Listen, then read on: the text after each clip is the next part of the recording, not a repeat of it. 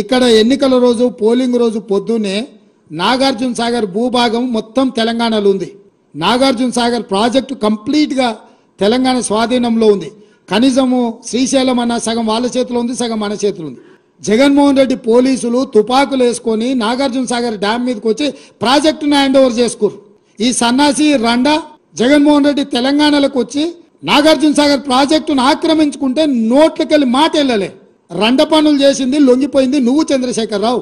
నువ్వు రండగాడు కాబట్టి జగన్మోహన్ రెడ్డి వచ్చి నాగార్జున సాగర్ మీద తుపాకులు పెట్టి ప్రాజెక్టును హ్యాండ్ ఓవర్ చేసుకుండు. అదే కాంగ్రెస్ అధికారంలో ఉన్నప్పుడు వచ్చి చూడమను, ఇవాళ రమ్మను, వచ్చి నాగార్జున సాగర్ మీదకి రమ్మను జగన్మోహన్ రెడ్డిని. నువ్వు రండగాడివి, జగన్మోహన్ రెడ్డికి ప్రాజెక్టును తాకట్టు పెట్టి తుపాకులు తీసుకొని వచ్చి నాగార్జున సాగర్ డ్యామ్ను ఆక్రమించుకుంటే పల్లెత్తు మాట మాట్లాడలేదు. నువ్వు పోయి కేంద్ర ప్రభుత్వానికి ప్రాజెక్టులను హ్యాండ్ ఓవర్ చేయడానికి నిధులను కేటాయించినోడు. నువ్వు వచ్చి మమ్మల్ని బదనాం చేస్తావా, మా మీద మాట్లాడతావా? వాస్తవాలు ఇట్లుంటే అబద్ధాలతోని అధికారం కోల్పోయిన నిరాశ నిస్పృహలతోటి ఈరోజు మమ్మల్ని బదనాం చేసే కార్యక్రమం పెట్టాను.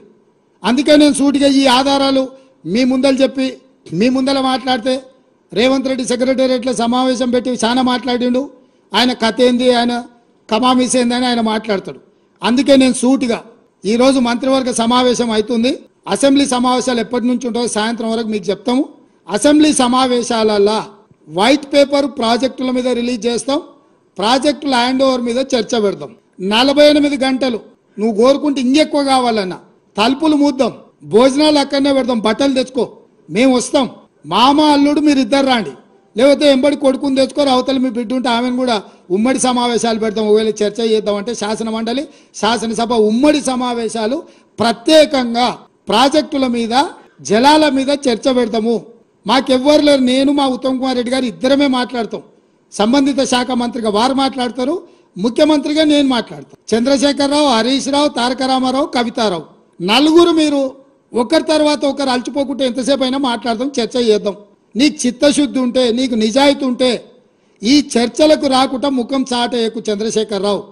నీకు నిజంగానే నిజాయితీ ఉంటే నీ 10 ఏళ్ల పరిపాలనలో తెలంగాణ ప్రాంతాన్ని, ఎడారిగా ఉన్న తెలంగాణ ప్రాంతాన్ని సస్యశ్యామలం చేయడానికి, పచ్చని పైర్లు పంటలు పండడానికి నువ్వు కృషి చేస్తే పూర్తిగా నదీ జలాల మీద, సాగునీటి ప్రాజెక్టుల మీద చర్చ చేద్దాము.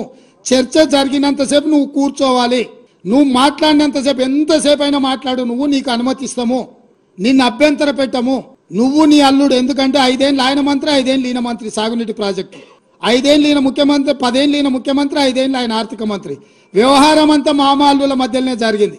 మీకు పూర్తిగా అవకాశం ఇస్తాం. ఒక్క నిమిషం కూడా నీ మైక్ కట్ చేయం చంద్రశేఖరరావు. రా, ప్రతి డాక్యుమెంట్ తీసుకొని నేను మా మంత్రివర్యులు ఉత్తమ్ కుమార్ రెడ్డి గారు మేము మాట్లాడతాం. వాస్తవాలను ప్రజలకు చెప్పుదాం. ఎవడు ద్రోహి, ఎవడు దొంగ, ఎవడు లొంగిండు, ఎవడు వంగిండు, ఎవడు ప్రాజెక్టులను తాకట్టు పెట్టిండు, ఎవడు ముఖ్యమంత్రి ఉన్నప్పుడు ఈ తెలంగాణకు అత్యంత ద్రోహం జరిగింది